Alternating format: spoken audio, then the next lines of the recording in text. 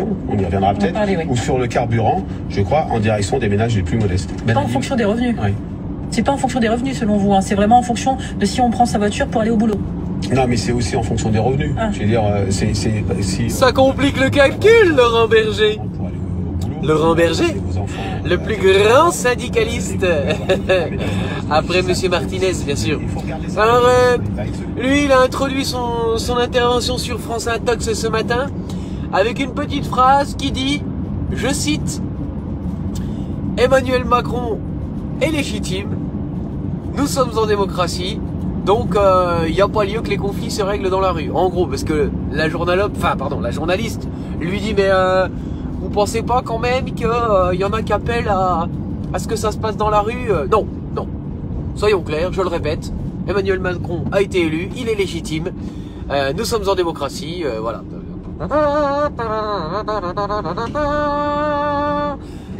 Ouais.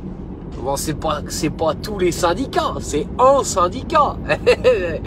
Mais c'est un gros syndicat quand même, hein. Il ne souscrit pas en l'état aux propositions de la France Insoumise. Europe Écologie Les Verts a de son côté bon espoir d'aboutir à un accord dans les prochaines heures. Une croissance à 0% pour le premier trimestre 2022 en France, estimation de l'INSEE inférieure aux prévisions, qui s'explique par l'inflation, la guerre en Ukraine et un recul important de la... Moi je comprends pas. Bruno il a dit qu'on était à 7% il y a pas longtemps là. Putain, on passe de 7 à 0. Oh, bah dis donc, ça va vite, hein. Le système est quand même vachement fragile, non? Oh, bah dis donc, il n'y a plus d'huile, il n'y a plus de poulet. Bon, qu'est-ce qui se passe? Oh, bah putain, je suis surpris, dis donc. Mais c'est marrant quand même, hein. Il y a des gens qui avaient écrit que ça allait arriver. Et puis des gens sacrément influents comme Klaus Schwab dans le Great Reset. Le Great Reset. Le Great Reset, c'est... Voilà, on appuie, la trappe elle s'ouvre, voilà, et après ça se referme et on repart sur quelque chose de nouveau. Voilà, c'est assez violent, hein. Et parce qu'on peut pas, faut que ça aille vite. Faut que ça aille vite, ça bouillonne. Qu'est-ce qu'il en pense, Laurent Berger? Bah, Laurent Berger, lui, il pense qu'il faut aider les ménages, hein. Oh oui, faire des aides, hein, oui, bah, sur l'essence, tout ça, mais par contre, faut pas aider tout le monde. Il faut regarder ceux qui travaillent, ceux qui emmènent leurs enfants à l'école. Enfin voilà, faut pas donner à tout le monde, sinon il a dit qu'on arrosait le sable. Et toi, qu'est-ce que tu fais, toi, mon pote? T'arroses pas le sable, toi, hein? Le niveau de salaire. Pour vous, c'est combien? C'est 2000 € par mois? Oui, je pense qu'il faut à moins de 2000 €, vu le niveau de l'inflation aujourd'hui, aider davantage les travailleurs. Mais vous savez... bon, il y en a qui disent que les salaires vont monter. Mais si, bah forcément, quand il y a de l'inflation, les salaires ils montent. Ah bah oui, mais est-ce que les carnets de commandes ils montent aussi? Est-ce qu'il y a des commandes? Moi j'ai quelqu'un là de très proche qui travaille dans une grosse entreprise. Oh, une grosse entreprise française. Oui, énorme. Ouais, un fleuron. Bon, ils ont pas de commande pour le mois là qui arrive. Ouais, non. Sur certains produits, il n'y a pas de commande. Comment qu'on fait? Sur des minima sociaux. Donc, il faut... ils vendent pas des poulets, eux, hein, je te le dis. À direction de tous ceux qui aujourd'hui sont en difficulté. On l'a fait pendant la crise Covid, on l'a fait avec les ménages les plus modestes, on l'a fait avec les personnes les plus pauvres. Il faut sans doute réfléchir de nouveau à ces dispositifs qui, malheureusement, sont temporaires. Oui, mais voilà, c'est ça. C'est une petite perfusion, quoi. Hein, on est tous en train de crever la bouche ouverte, plus ou moins fort. Mais voilà, on nous met une petite perf en disant, voilà, attendez, il y a la queue dans l'hôpital, mais vous inquiétez pas, madame, on vous a mis de l'eau et du sel, hein. Voilà, c'est ça, c'est le cathéter. Oui, c'est ça. Oui, bon, ça va aller, hein. Voilà. Comment? Ah oui, effectivement, la dame à côté de vous est morte. Oui, ça arrive, hein. Oui, certainement, des problèmes personnels. Toujours, vous savez, la grande distribution, elle a aussi les manettes, Monsieur Leclerc, il a aussi les manettes pour avoir des prix qui permettent à la fois de rémunérer justement les producteurs, ce qui est toujours un problème quand on parle de la grande distribution, et qui fassent des prix à la consommation qui soient pas trop élevés. Ils ont les moyens quand même de mieux rémunérer les agriculteurs et puis de baisser les prix pour les consommateurs. Ils vont décider de rogner sur leur marge, enfin bien sûr. On est en guerre, non? Ah oui, tout le monde est solidaire avec soi-même. Les producteurs, moi je crois que sur la question du pouvoir de vivre, le pouvoir de vivre, il enlève pouvoir d'achat. C'est bien, rhétoriquement parlant, c'est très bien. Comment on cible des aides et comment on regarde un contrôle des prix. ou un contrôle des prix, en tout cas une régulation des prix. C'est-à-dire? Mais il faut regarder si sur certains points, c'est ce que propose d'une certaine manière Monsieur Leclerc, il faut regarder si sur certains points il y a nécessité de dire ce prix-là de tel aliment, on essaye de le réguler. Parce que réguler ou bloquer, comme l'avait proposé par exemple pendant la campagne Jean-Luc Mélenchon, il avait dit bloquer, faut prendre un panier. Bloquer, ça dépend. Vous savez, c'est toujours pareil. Il faut toujours regarder la conséquence sur l'ensemble de la chaîne. Si c'est bloquer des prix pour que à la production, je pense notamment à des produits alimentaires, ce soit les travailleurs. Non, Laurent, c'est une action coordonnée. Il faut bloquer le prix pour le consommateur et vérifier aussi que les marges du distributeur soient légèrement réduites pour toujours bien rémunérer le producteur. Mais ça, c'est compliqué. C'est compliqué. Oh oui, dans un monde altruiste, comme dans celui dans lequel on vit, oui, je sais, Laurent, c'est dur. Oh, quel long travail de syndicaliste. Tout à l'heure, les loyers qui sont réévalués en ce moment vont augmenter de 2,5%. Alors, si on fait des comptes, les loyers vont augmenter de 2,5%. J'ai vu un petit reportage sympa, tout sympa, bien anxiogène après la guerre d'Ukraine, qui nous expliquait que les factures d'énergie allaient monter de 50%. 50% 50% 50%. Oh, oh, oh, oh, oh. Vous savez, quand vous êtes dans l'ouest de la France, vous êtes sur la zone. Quand vous êtes à l'ouest. Pendant longtemps, on pouvait se loger sans problème dans certains endroits. Maintenant, les jeunes, ils sont envoyés à 30 ou 40 km s'ils veulent se loger parce qu'il n'y a plus forcément de logement accessible. Donc, il faut regarder aussi là comment on aide. Vous savez, on rentre dans cette période où on va avoir, j'espère pas, mais assez durablement une croissance faible et une inflation qui augmente, qui n'est pas... Putain, mais c'est très engageant. T'es venu nous remonter le moral, Laurent. Ah bah dis donc, putain, j'allais pas bien ce matin, j'avais les yeux en trou de pine, mais là je suis au taquet, quoi. Je suis content, Laurent, je suis content. Si on met pas tout sur la table, on se demande pas. Si on met pas tout sur la table, quoi, bien sûr. Putain, mais faut poser ses couilles. En tant que syndicaliste, on y va, quoi. Bah alors. Bon, Emmanuel Macron, il est élu, quoi. Bah voilà, il est légitime, c'est la démocratie, quoi, merde. Bon bah voilà, maintenant on va aller lui demander des aides. Bon, je sais bien que des aides c'est ponctuel. Voilà, bon, c'est vrai que les gars, faut être clair, vous allez en chier, bon, on va tous en chier, mais voilà quoi, y a pas de boulot, y a pas de croissance, les salaires, faut les augmenter, donc ça vous pouvez toujours rêver, vous pouvez vous tâter. Bon, faudrait aussi que les distributeurs ils runnent sur leur marge. Voilà, pour baisser, bloquer les prix à la consommation, bon bah ça vous la met dans le cul aussi. Bon bah voilà quoi, mais bon bah prenez votre carte au syndicat, je vais vous dire, ensemble on va faire des trucs. D'augmenter les salaires pour tenter de rattraper un peu cet effet de l'inflation, est-ce que vous trouvez qu'elle joue le jeu aujourd'hui? Bah oui. Non, pas suffisamment. Vous savez, avec l'augmentation automatique du SMIC le 1er mai, on va avoir 140. De combien? De 2 € sur les 171 de plus de 5000 qui vont avoir des niveaux d'augmentation de minima de grille en dessous du SMIC. En dessous du SMIC. Ça veut dire que pendant 1 an, 2 ans, 3 ans, 4 ans pour certaines, plus pour d'autres, vous allez avoir des gens qui vont être payés au SMIC, qui vont pas avoir de progression de salaire. Donc on a des négociations de branches qui sont trop atones. Des négociations de branches qui sont trop atones. Putain, t'es patone, toi? Parce que, attends, j'ai entendu un truc, je peux te dire un truc au banquier, hein. Ah bah les négociations de branches, elles sont trop patones. Ah bah oui, bah si tu comprends pas, faut te renseigner, mon pote.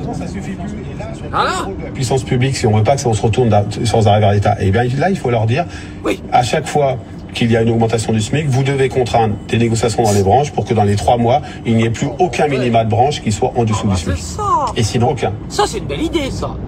Il faudra leur dire, ne soyez pas trop cré méchants. S'il vous plaît, baissez les prix, parce que c'est vraiment très chiant. Sa prime Macron qu'il a décidé de tripler. Non mais il va tripler la prime Macron. Triple couille. Il va tripler le triple A. Oui. C'est qui l'andouille? C'est qui les andouilles? C'est une moyenne de 500 €.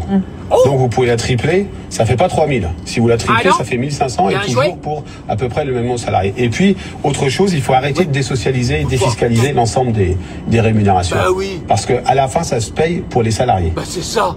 Donc, ça veut dire que lorsque vous exonérez de cotisation ou de Il est un peu comptable aussi, Laurent Berger. éléments de rémunération, vous baissez, vous baissez la protection sociale des Oui, travailleurs. parce que là, la prime Et donc, d'impôt, c'est hors charge. Bah oui, c'est hors charge, c'est hors retraite. on est plus favorable au fait de, lorsqu'il y a versement de dividendes, il faut automatiquement qu'il y ait versement aux salariés de participation d'intéressement. C'est ce qui est prévu pour la prime Macron. Quand il y a des dividendes, prime Macron. Oui, mais dans des éléments structurels. Ça en fait de la prime, hein. Ah putain, bande d'assistés, va. Il y en a combien qui demandent rien?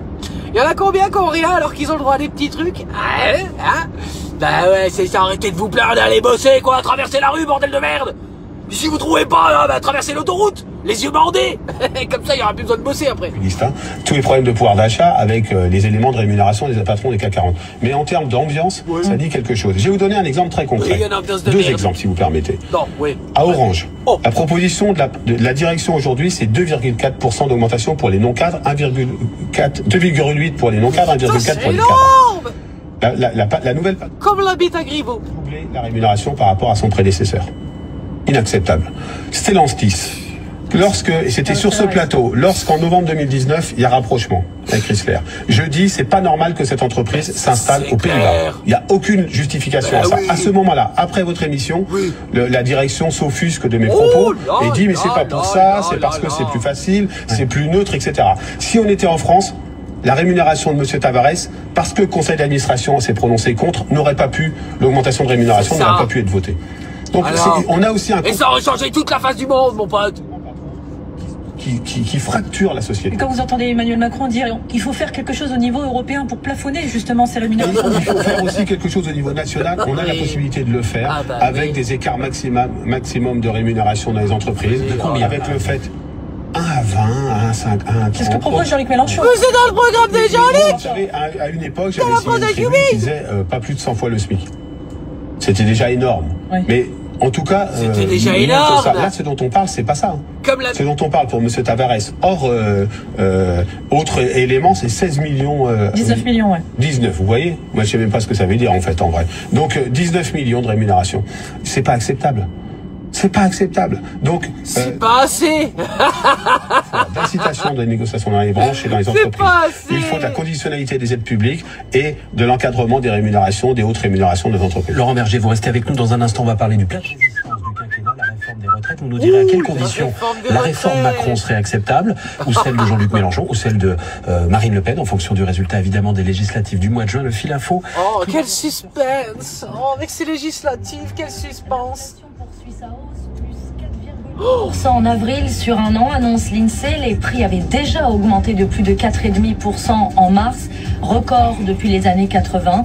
Et sur France Info ce matin, le secrétaire général de la CFDT, Laurent Berger, estime qu'il faut des aides plus ciblées pour les ménages les plus modestes. Il redoute que la colère s'exprime s'il n'y a pas de réponse de la part du gouvernement. La défenseur des droits... Je l'ai pas entendu dire ça, hein. Je l'ai pas entendu dire ça, le gros. Dans les camps en Syrie, cette semaine, plusieurs associations ont appelé Emmanuel Macron à agir dès le début de ce nouveau mandat. Pourquoi la fac de médecine de Tours n'a-t-elle pas déclenché de procédure disciplinaire à l'encontre d'un étudiant visé par 5 plaintes pour viol et agression sexuelle? Oh, bah c'est certainement un fils d'eux, hein, peut-être, hein, non? Le ministère de la Santé et de l'Enseignement supérieur viennent de lancer une inspection générale. Oui, c'est pas le fils de quelqu'un? Enfin si, forcément, mais c'est pas le fils de quelqu'un de très important? Face à Feyenoord, mais l'accès à la finale est toujours possible. Le match retour jeudi prochain. France Info. Le 8-30 France Info. Avec Laurent Berger. Toujours avec Laurent Berger, le patron de la CFDT. Emmanuel Macron a amendé, vous le savez, son projet de réforme des retraites entre les deux tours de l'élection présidentielle. Désormais, il dit 64 ans à la fin du quinquennat et on en rediscute pour le quinquennat d'après, qui ne sera pas. Et on en rediscute. Un troisième, ce serait peut-être 65 ans. Vous dites quoi? S'il a bougé une fois, il peut bouger encore? Non, je dis surtout, c'est que je comprends pas, c'est quoi le point de départ, l'objectif de cette réforme. L'objectif de cette réforme, c'est occuper les gens, quoi. Voilà, ça fait encore un truc à gueuler, quoi. Voilà. Des comptes des retraites. Il n'y a pas besoin d'aller sur un report de l'âge légal. Alors, on n'avait pas écouté l'équilibre d'Emmanuel Macron qui était... J'ai très écouté. Il y a quelques jours, ici même. Il a très écouté, d'accord. Surtout le financement de la dépendance, qui est le grand chantier des années qui justement, et je ne veux pas augmenter les impôts. Oui, mais là, je suis en désaccord. Qu'est-ce que vous voulez ? Je vais vous dire, moi, la CFDT, elle s'est toujours engagée lorsqu'il était question de maintenir l'équilibre des régimes de retraite parce que c'est notre richesse collective, le système par répartition. Et donc, c'est normal, à un moment. Là-dessus, il a pas tort. Hein. Des gros déficits, il fallait. Mais bon, pas de boulot, pas de richesse. Pas de richesse, pas de retraite. Ben voilà. Tout est basé sur un système qui... Ouais, système... il est comme il est, quoi. On crée un nouvel impôt sur le patrimoine. Sur la transmission de patrimoine. Vous savez, sur les héritages, sur les successions. Oui, bien sûr. Ouais. Mais vous savez que c'est quand même une des inégalités les plus fortes de notre pays. Ah oui. Cette inégalité de patrimoine. Vous avez vu tous les candidats font l'inverse. Quasiment tous les 10% de la population détient 50% du patrimoine. Mais ce dont on vous parle, c'est de... Mais alors, s'ils s'en occupent bien, c'est vrai. Et autant laisser ça à ceux qui l'ont, hein, c'est vrai. Oui. Si l'objectif c'est de financer autre chose par le travail, moi je dis mais pourquoi ? Donc, et il y a un troisième objectif possible, c'est d'améliorer la justice du système de retraite, parce que oui, il y a encore beaucoup d'injustices qui touchent les femmes, les carrières longues, les personnes qui ont des carrières hachées, etc. Donc, la discussion, elle aura lieu avec, j'imagine. Ah bah oui, ça va discuter, hein, on va discuter, je vais prononcer des mots qui vont former des phrases et en face, il répondra pareil, à peu près sur le même principe, des mots qui font des phrases aussi. Et puis nos phrases feront quand même un long échange et voilà. Et après on se séparera pour rentrer dans nos familles, manger, dormir, quoi, voilà. Et puis voilà, on aura fait notre travail. Et lui, à lui de faire le sien, voilà. Il y aura des législatives. Oui, il y aura des législatives. Il y a une élection présidentielle, il y aura des législatives. Moi je crois que l'âge légal de départ à retraite à 62 ans, il faut y rester aujourd'hui. Je suis très clair là-dessus. Ben non, Laurent! On peut pas, enfin, tous nos voisins européens, ils sont plus que nous. Ça veut dire que c'est ça qu'il faut qu'on fait. Alors, à 60 ans, vous irez à la réunion pour dire non. Mais soyons sérieux, je veux dire, s'il dit il a retraite à 60 ans et qu'il a trouvé la recette magique pour financer le système des retraites à 60 ans et pourquoi pas à 45 ans tant qu'on y est, voilà, tant mieux. Mais c'est pas réaliste pour vous? Mais non, soyons clairs, je veux dire, on a besoin, notre richesse, je l'ai dit, c'est notre système de retraite par répartition. On a besoin de l'équilibrer. Aujourd'hui, le problème du système de retraite par répartition, c'est pas un problème d'équilibre, il est quasiment à l'équilibre, en tout cas dans le temps, plus loin. Oui. Dans le temps, mais on peut ajuster, mais il est quasiment à l'équilibre. Ah ouais. Son problème, c'est son injustice intrinsèque. Ah ouais. C'est-à-dire, lorsqu'on est une femme, on a en moyenne autour de 20 à 30% de retraite en moins que les hommes. Lorsque vous avez des carrières plates, vous êtes pénalisé, notamment quand vous êtes dans les fonctions publiques. Emmanuel Macron va mettre une retraite minimum à 1 100 €. Ça, vous dites... Nous, on dit la retraite minimum, lorsque vous avez travaillé toute votre vie, c'est l'équivalent du SMIC. Donc 1300. C'est 1300. Ouais. Pas 1100 comme le dit Emmanuel. Mais oui, mais pour une raison simple, c'est que vous avez travaillé toute votre vie, vous avez un minimum contributif. Oui. Il faut se rapprocher du SMIC. On le dit depuis 2003. Donc on est constant là-dessus. Vous êtes constant dans le fait de le dire. Oui. Du fait de l'inflation. Donc il faut aller au niveau du SMIC. Un Premier ministre attaché à la question sociale, environnementale et la question productive. C'est ce que recherche Emmanuel Macron. Est-ce que c'est vous? Ah non, pas du tout. C'est pas moi, non. Ce ne sera jamais moi, c'est clair. Ce bruit a couru, il est un peu... Non, mais non, on n'a pas besoin de toi, Laurent Berger. Pas quoi que si. Le gouvernement a peut-être besoin de toi, mais en tout cas, c'est une tâche difficile. Hein. Un ministre rattaché à l'environnement, à la productivité... Elles peuvent aussi... Une croissance verte, oui. Une croissance verte à 2 chiffres qui est égale à 0. 0. La somme du tout, du grand tout, fait tout, est contenue dans un grand teint, qui fait tout, de tout. Voilà, donc qui veut le poste? Pour les manifestations du 1er mai. On sera le 1er mai, nous on fait une initiative familiale autour du transition écologique et travail. Mais vous n'irez pas ludique du 18e de la CGT manifester. Non, c'était pas prévu, je l'avais dit, on y serait allé s'il y avait eu une catastrophe démocratique avec Madame Le Pen élue présidente de la République. Là on est au hasard. Présidente. puis dans d'autres coins en France, ça t'arrache le cul, hein. ailleurs, autour d'un sujet, comment on articule la transition écologique et le travail pour faire concilier les deux. Comment on articule? Bah si tu articules et que t'articules, comment veux-tu que... Voilà comment c'est articulé. Oh, du grand Mendes ce matin. France Info Météo, avec les cafés Malongo, grand cru biologique et équitable, créateur de machines expresso à dose, fabriquées en France. À retrouver sur malongo.com.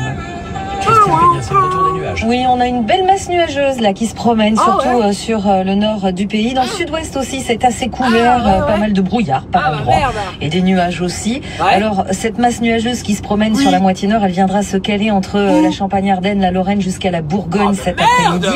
À l'arrière, les éclaircies reviennent. Qu'est-ce qu'elle vient foutre en Bourgogne, putain, mais qu'elle était là-bas au fond. Belles éclaircies, et puis vous gardez un soleil qui est déjà en place entre le Lyonnais, les Alpes, jusqu'à la Provence, jusqu'autour de la Méditerranée. Et en Corse également. Au niveau des températures, on reste dans la douceur. 20 degrés à Metz, à Nancy de prévu cet après-midi, comme à Nice et Bastia, 21 à La Rochelle, à Dijon, à Bourges, à Paris, à Rennes, 22 à Strasbourg et des pointes à 25 entre Montélimar et Perpignan, ainsi que Nîmes, Grenoble également 25 degrés cet après-midi, un long week-end rapidement. Calme samedi avec du soleil. C'est vrai que nous aurons des orages possibles, mais seulement sur les massifs de l'Est. Dimanche, nouvelle attaque. Putain, mais merde, qu'est-ce qu'il se fout, putain, dans la tête. C'est merde. Paris, et nous aurons des températures en baisse. Merci Christine. Putain, mais c'est la Macronie qui contrôle aussi le climat ou quoi? Il est précisément 9h. France Info, 7h, 9h30, Marc Fauvel.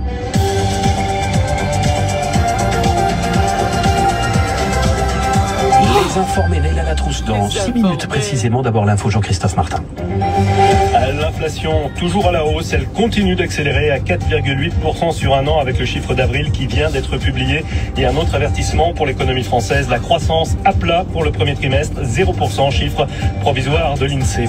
Où en sont vraiment les négociations à gauche dans la campagne pour les législatives? La direction du PS met sur la table des propositions de travail avec la... On va tous crever, putain. France Info. C'était en pleine visite du secrétaire général de l'ONU, Kiev, à nouveau visé par des missiles russes hier soir.